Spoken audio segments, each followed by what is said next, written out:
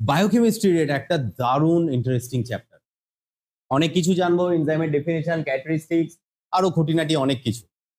তার আগে একটা বেসিক তথ্য দিয়ে শুরু করি। আমি তোমাদের একটা খুব পাতি একটা কেমিক্যাল রিয়াকশন লিখি, যেটা হয় আমাদের বডিতে, আর এটা আমরা বহু পড়েছি। কার্বন ডাইঅক্সাইড গ্যাসের সাথে ওয়াটারের রিয়াকশন ঘটালে আরামসে কি তৈরি হবে? বাইকার্বনিক অ্যাসিড।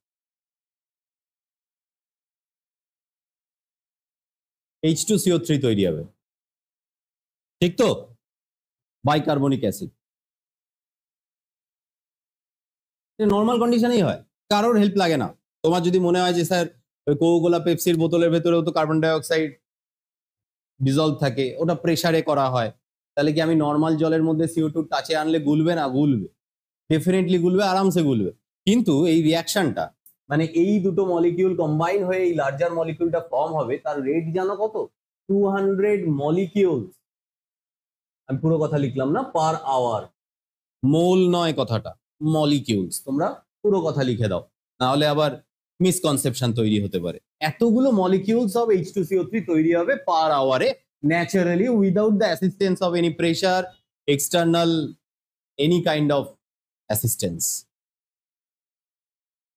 কিন্তু এই প্রসেসের উপর ভিত্তি করে আমাদের বডির যা ডিম্যান্ড, সেটা যদি এত স্লো রেটে আমাদের ফুলফিল করতে হয়, খবর হয়ে যাবে, কাজ মেটা সম্ভব হবে না। এই কাজটা একজন মারাত্মক স্পিডে করে। এই সেম রিয়াকশন আর একজন চোখের পলকে করে দিয়ে ফেলতে পারে, জানো? সেম রিয়াকশন কে করতে পারে জানো?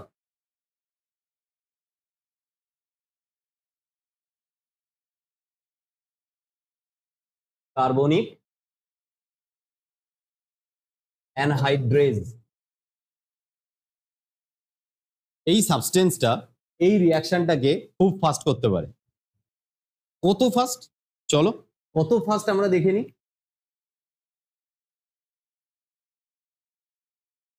6 লাখ পার আওয়ার। কি মজাদার ব্যাপার! দেখো, 200 না, প্রায় 1 কোটি গুণ স্পিড বাড়িয়ে দেয়। সেম রিয়াকশন কি স্পিড বাড়িয়ে দিল একটা ছোট্ট জিনিস, তার প্রেজেন্সে এও কিন্তু একটাই আসলো, এসে ঝপাত করে কাজ করে বেরিয়ে চলে যায়। বিরাট স্পিড বাড়িয়ে দিল। হিসেব করে দেখো, যদি 6 লাখ মলিকিউল পার সেকেন্ডে হয়, পার ঘন্টায় কত হয়? কয়েক কোটি হয়ে যাবে। তো দিস ইজ এনজাইম। এনজাইম কি করে?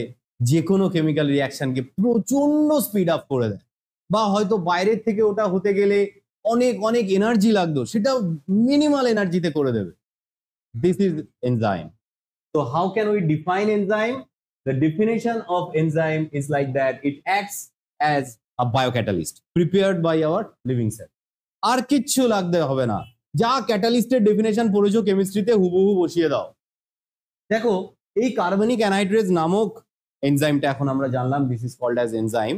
এ কিন্তু না এখানে এর কিছু মলিকিউলার পার্ট বের করছে, না এখানে এন্ড প্রোডাক্টে এর কিছু সাবস্টেন্স রিলিজ করছে। This particular substance, carbonic anhydrase, remain unaltered at the end of the chemical reaction as well.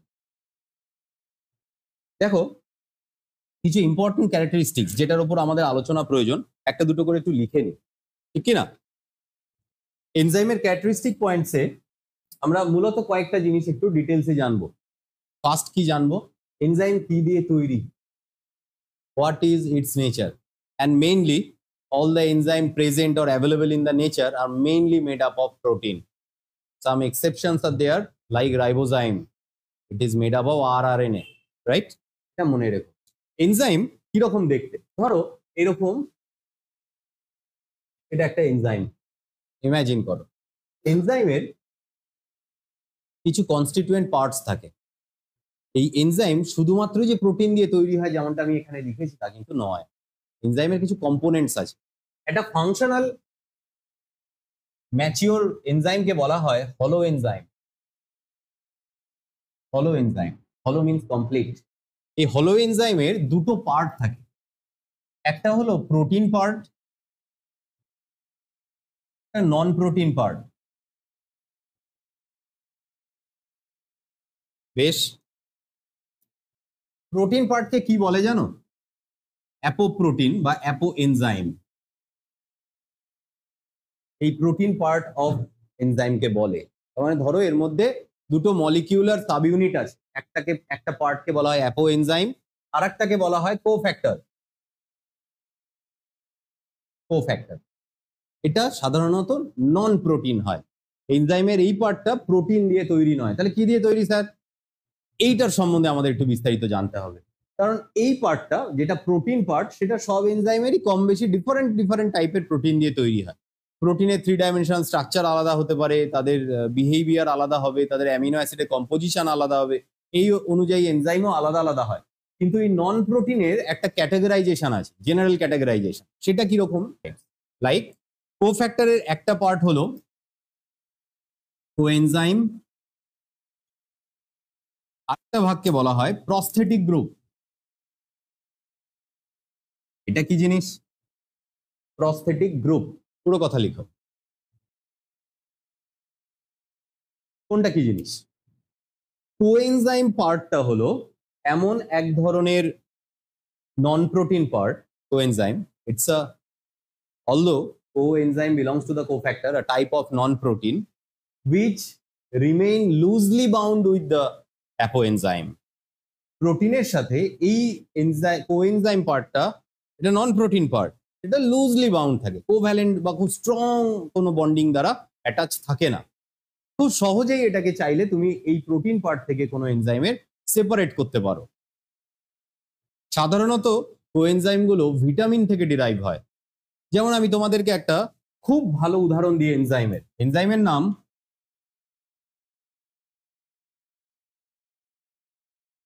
NADP রিডাকটেজ।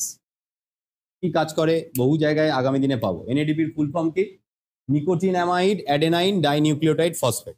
অনেক জায়গায় অতীতে পড়েছি। এর মধ্যে এই যে নিকোটিনামাইড না, এই যে নিকোটিনামাইড, এটা এসছে নিয়াসিন থেকে, ভিটামিন B3 নিয়াসিন থেকে এসছে নিকোটিনামাইড। তার মানে আমরা এটা বুঝতে পারলাম কম বেশি ম্যাক্সিমাম কোএনজাইম ভিটামিন থেকে ডিরাইভ হয়। তার মানে তাদের সোর্স কি? অর্গানিক, ইনঅর্গানিক বা ওরকম মিনারেলস নয়। এটা মনে রেখো, এগুলো কিছু স্টার মার্কস দিয়ে লিখে রাখো। কোএনজাইমের পাশে আমরা বা নিচে কি কি লিখতে পারি? 1 নম্বর লিখতে পারি they remain loosely bound with the apoenzyme part. 2 নম্বর লিখতে পারি they are mainly derived from organic sources like vitamin. For example, there are several examples provided in my book as well. সেখান থেকেও পেয়ে যাবে, কোনো চিন্তা করো না। Now let's discuss about prosthetic group. এর থেকে আলাদা, প্রস্থেটিক গ্রুপ টাইটলি বাউন্ড থাকে, মেইনলি কোভ্যালেন্ট বন্ডিং এখানে দেখা যায়। খুব সহজে একে ভাঙা যায় না বা সেপারেট আউট করা যায় না। এই দুটোই কোনো এনজাইমে থাকবে না, কিন্তু যে কোনো একটা থাকবে। আইদার অ্যাপোএনজাইম কোএনজাইম হলোএনজাইম হয়ে গেল, নয়তো অ্যাপোএনজাইম অ্যান্ড প্রস্থেটিক গ্রুপ নিয়ে আর একটা ধরনের হলোএনজাইম হলো।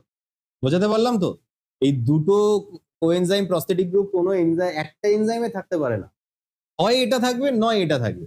যেমন এইখানে যে এনজাইমটার নাম লিখেছি এনএডিপি রিডাকটেজ, এর মধ্যে কোএনজাইম থাকে। আর এখন একটা লিখি যেটা একটু আগেও আমি লিখেছিলাম, কি এনজাইমের নাম? Carbonic anhydrous. এর মধ্যে প্রোটিন পার্ট যা থাকে, নন প্রোটিন পার্ট হিসেবে কি থাকে জানো? এটাকে কি বলে বলতো? জিঙ্ক। কোভ্যালেন্টলি বন্ড থাকে, টাইটলি বন্ড থাকে, এর সাথে খোলা যায় না অ্যাসোসিয়েশনটাকে খুব ইজিলি। এখান থেকে প্রশ্ন আসে কোএনজাইম প্রস্থেটিক গ্রুপ নিয়ে একটা দুটো ডিফারেন্স, এটা যেন প্রিপেয়ার থাকো। অনেক উদাহরণ বইতে দেওয়া আছে, দুটো তিনটে তো অলমোস্ট আছেই, পড়ে নেবে। নিটে এমসিকিউতেও খুব জরুরি। এই কোশ্চেনটা বহুবার এসছে যে এর মধ্যে কোফ্যাক্টর কি থাকে, নিয়ে বেশ কিছু দিয়ে দেবে, আয়রন, জিঙ্ক, এনিথিং। ক্লিয়ার? তো দিস ইজ হলো এনজাইম। হলো মিনস কমপ্লিট। একটা এনজাইমের রাফলি এই জিনিস দিয়ে এনজাইমটা তৈরি হয়। It is made up of such kind of sub units. তো এটা জানলাম মেইনলি প্রোটিনেসিয়াস ইন নেচার হয়। এর পাশে একটা স্টার দিয়ে এক্সেপশনাল কেসটা লিখে রেখো অ্যাজ রাইবোজাইম। রাইবোজাইম হলো এমন একমাত্র এনজাইম যেটাতে একটুও প্রোটিন থাকে না, বা থাকলেও বাল্ক অফ দ্য সাবস্ট্রাকচার তৈরি হয় হলো আরআরএনএ দ্বারা। যেমন মানে পরেরটার ক্ষেত্রে কি বলছে? Enzyme specificity. কার জন্য স্পেসিফিসিটি? না সাবস্ট্রেট স্পেসিফিসিটি। ধরো এখানে বিভিন্ন সাবস্ট্রেট আছে যার উপরে কোনো এক ধরনের এনজাইম কাজ করতে পারে। আমাদের সেলের ভেতরে অনেক ধরনের সাবস্ট্রেট থাকতে পারে। আমাদের সেলে বিভিন্ন রকমের পলিস্যাকারাইড, প্রোটিন, বিভিন্ন রকমের ফ্যাটি অ্যাসিড, লিপিড আছে। ধরো কারোর উপর কাজ করবে এমন একটা এনজাইম এলো মার্কেটে। Suppose this is enzyme. কথা হলো এই এনজাইমের নির্দিষ্ট বসার পকেট থাকে, চেয়ার থাকে। কার জন্য? সাবস্ট্রেট গুলোর জন্য। এগুলো সব বিভিন্ন রকমের সাবস্ট্রেট।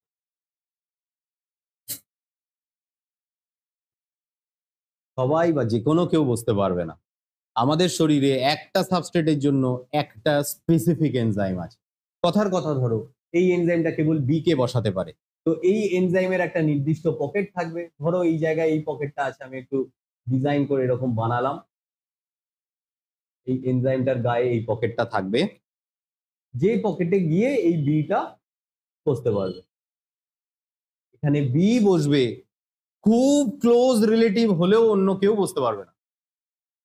প্রত্যেকটা এনজাইম আমাদের শরীরে রয়েছে যেগুলো আলাদা আলাদা সাবস্ট্রেটের উপর কাজ করে।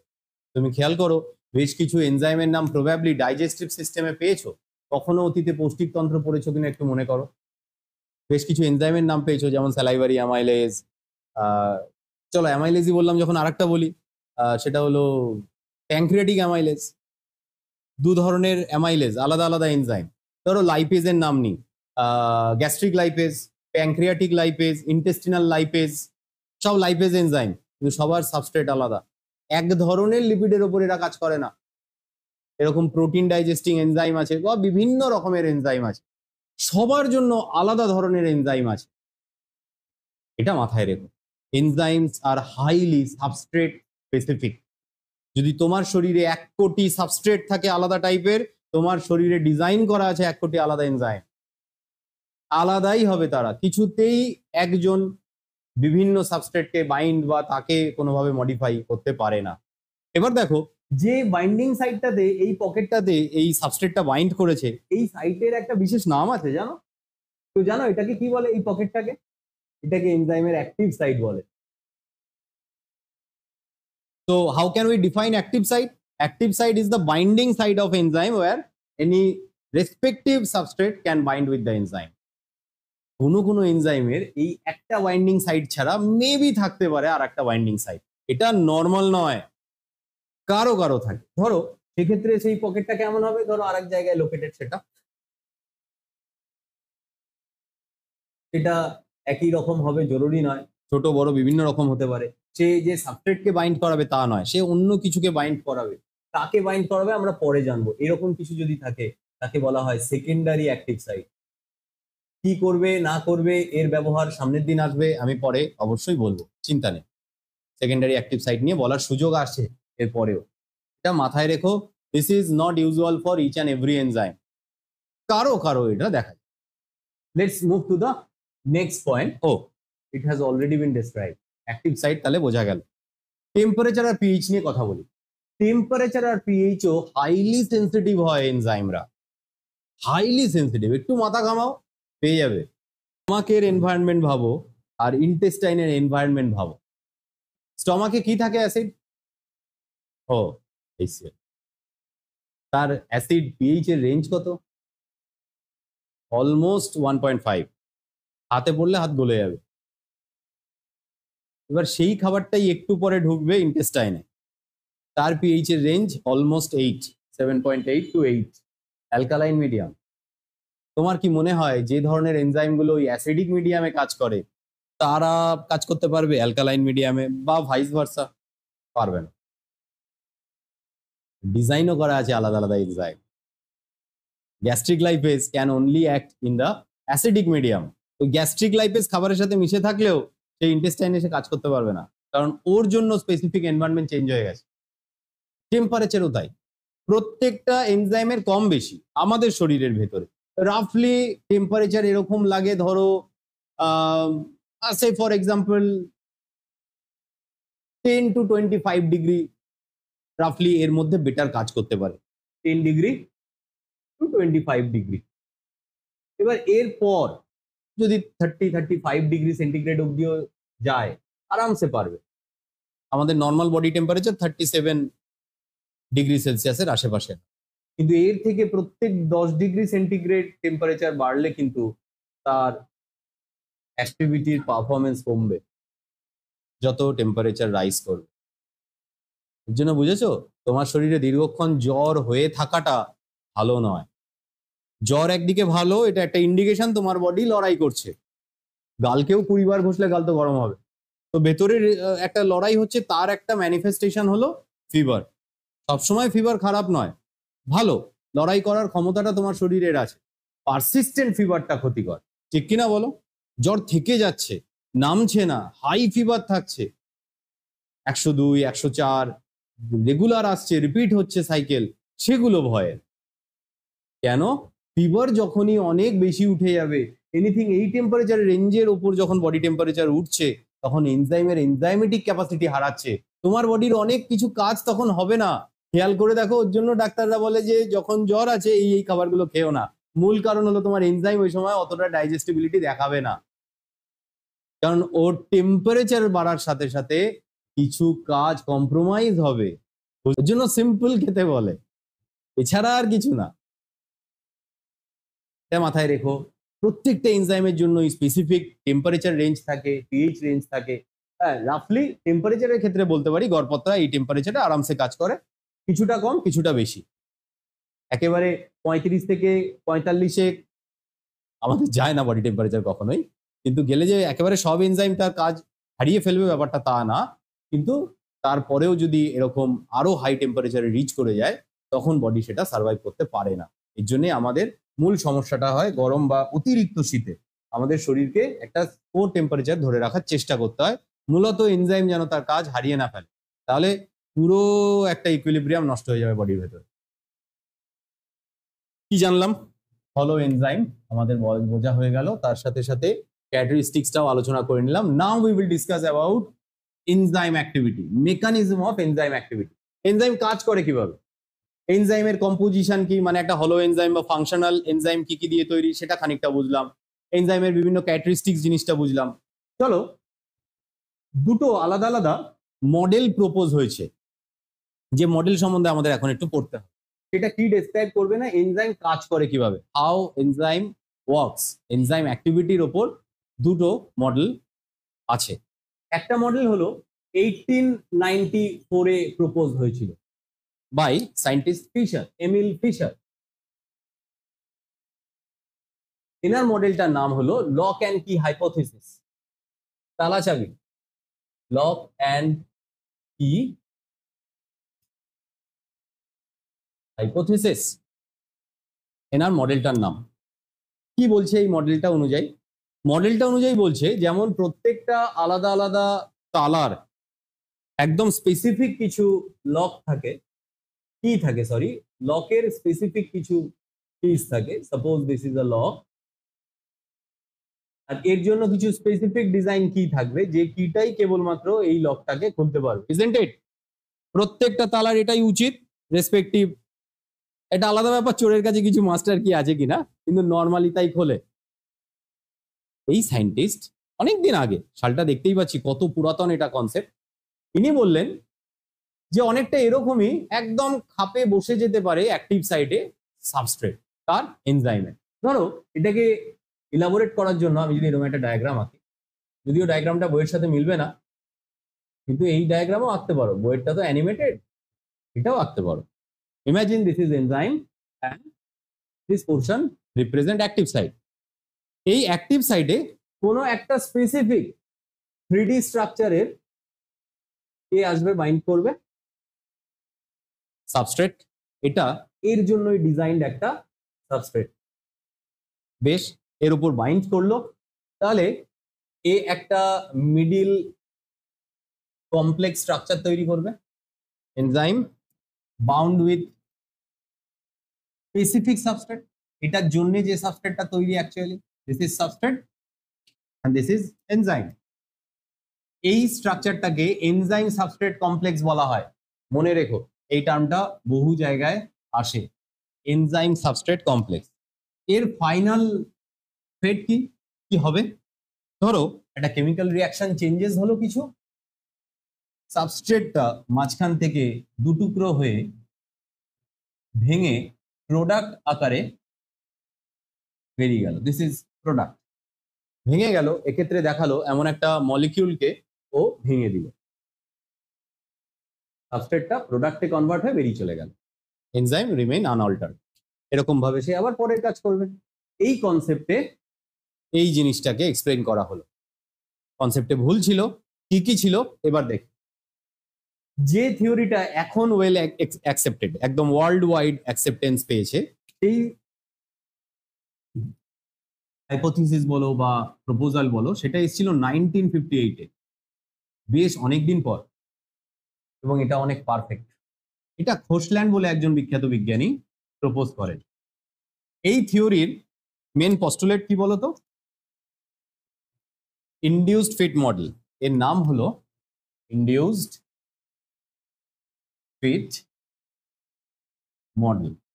এই সেম ছবিতে যদি এক্সপ্লেইন করার চেষ্টা করি এই মেকানিজমটাকে, এই দুটো ছবি বইতে নেই, কিন্তু বইয়ের ছবিগুলো পরীক্ষায় আঁকার থেকে এই ছবিগুলো আঁকা সহজ। এবার বাকিটা তোমার ব্যক্তিগত ব্যাপার, কোন ছবি আঁকবে। এই সেম টাইপের একটা ছবি দিয়ে আমি বোঝানোর চেষ্টা করি এই মেকানিজমটা কি বলছে। এক্ষেত্রে ধরো এনজাইমটা স্ট্রাকচার এরকম, বেশ, this is enzyme and how the substrate will appear, this is substrate. Okay, it can come to this active site and may bind with the enzyme. এর মাঝখানে স্টেপ কেমন হবে খেয়াল করো, কিন্তু আমাকে ডিফারেন্স বলো। মাঝের স্টেপটা খেয়াল করো, কিছু চেঞ্জ হয়েছে। লাস্টের স্টেপটা এবার দেখো, this is product, the enzyme remain unaltered. এই দুটো ছবির মধ্যে ডিফারেন্স যে ধরতে পারবে সে অ্যাকচুয়ালি দুটো মডেলের মধ্যে ডিফারেন্স বুঝতে পারবে। এই মডেলটা কিন্তু রিজিড স্ট্রাকচারাল মডেল, যেখানে এনজাইমের চেয়ার বা পকেটটার কোনো স্ট্রাকচারাল ফ্লেক্সিবিলিটি দেখানো হয়নি। কিন্তু এই মডেলটা খেয়াল করো, as proposed by Koshland. Why it is termed as induced fit? Why it is termed as induced? Induced মানে কেউ বাধ্য করেছে, কিছুর দ্বারা মডিফাইড হয়েছে। কিসের দ্বারা মডিফাই হয়েছে? The active side of the enzyme get induced to change its conformation after the attachment of the substrate, and thereafter, as this structural modification is not permanent structure of the enzyme will definitely try to come back to its original shape, which is shown in this diagram. And when this enzyme will try to regain back its original shape, the product will come into existence. কনসেপ্টটা কি রকম? তুমি তোমার এই হাতটাকে straight রেখে এর উপর ধরো একটা কাঠি রাখলাম, লাঠি, যতই সেটা ফ্র্যাজাইল হোক না কেন, হাতটাকে বেন্ড না করে ভাঙবে কি করে তুমি আমায় বলো তো? হাত স্ট্রেট রেখে ভেঙে দেবে? জাদুকর না ভগবান তুমি? তোমার এটাকে যদি ভাঙতে হয়, আমি যদি ব্রেকডাউন হচ্ছে এমন কোনো এনজাইমেটিক রিয়াকশন নিয়ে ভাবি, জরুরি নয় এনজাইম সবসময় ব্রেকডাউন প্রোডাক্টই বানায়, তৈরিও তো করতে পারে। ব্রেকডাউন দিয়ে বোঝার চেষ্টা করছি। তাহলে তোমাকে যদি এই কাঠিটাকে, লাঠিটাকে ভাঙতে হয় হাতে, তোমার হাতের একটু শেপ চেঞ্জ করতে হবে না? তুমি কি এরম ভাবে হাত রেখে ভাঙতে পারবে বলো তো আমাকে? এরম ভাবে হাত রেখে দিয়েছো, জাদু দেখো জাদু দেখো, টুকুস করে ভেঙে। হাতটাকে তো তোমার একটু প্রেসার দিতে হবে, একটা কনফর্মেশন চেঞ্জ তো করতে হবে। ঠিক যে ঘটনাটা এখানে হচ্ছে। তাহলে এখানে ফিটটাকে ইনডিউস কে করছে? Binding of substrate with that of enzyme.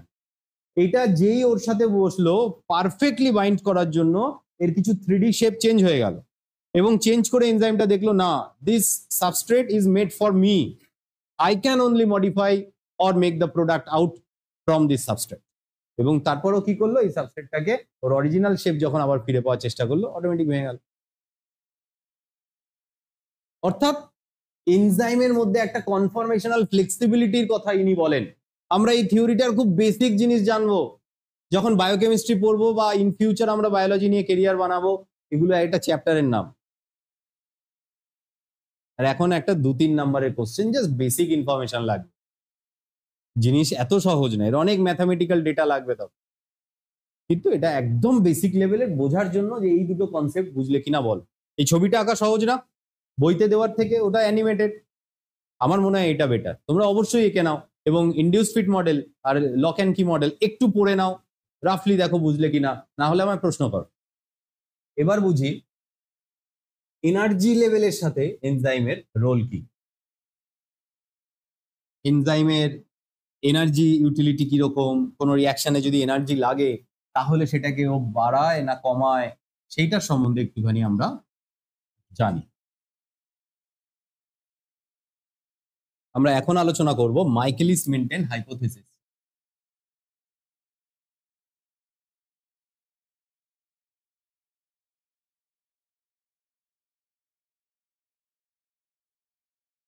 দারুণ জায়গা, এটাও অনেক ডিটেলসে আছে।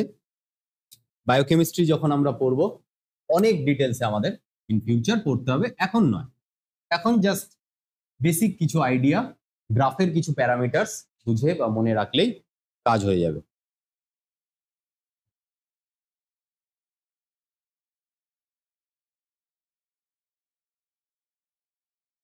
X axis Y axis draw করার পর এরকম প্যারালাল স্কেল দিয়ে 3টে ডটের দাগ এঁকে ফেলব।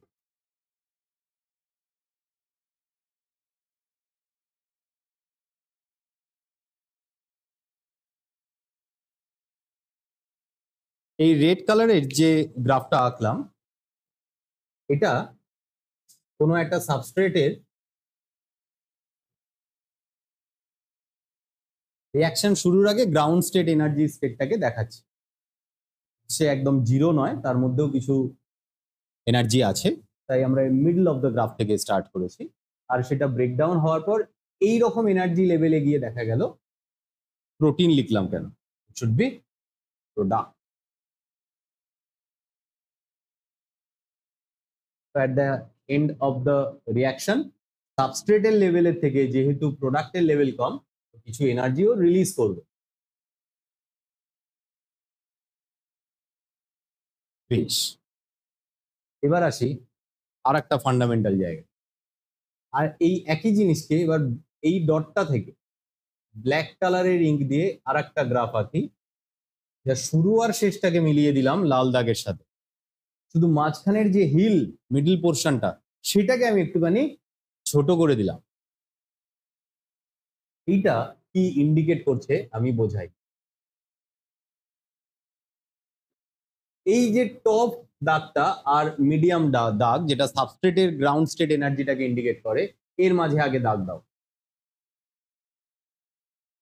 এই যে এনার্জির গ্যাপটা শুরু থেকে পাহাড়ের মাথা অব্দি উঠতে যে এনার্জিটা লেগেছে, এটাকে বলা হয়, আচ্ছা আমি মুখে বলছি, তোমরা এখানে স্টার দিয়ে লেখো, আমি এখানে 1 দিয়ে লিখি। হ্যাঁ, এত অনেকটা বড় লেখা, লেখো অ্যাক্টিভেশন এনার্জি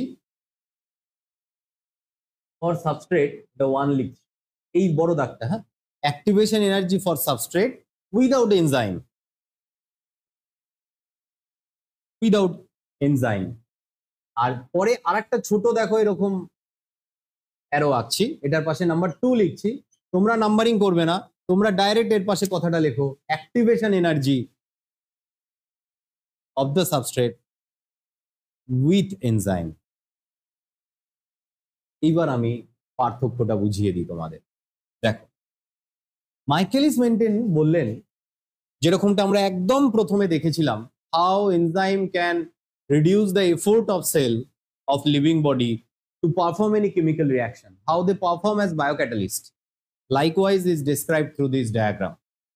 তুমি একটা পাহাড়ে উঠছো, নাও প্রথম দিন তুমি চেষ্টা করলে পায়ে হেঁটে ওঠার, সানরাইজ দেখতে যাবে, দেখতে পেলে না।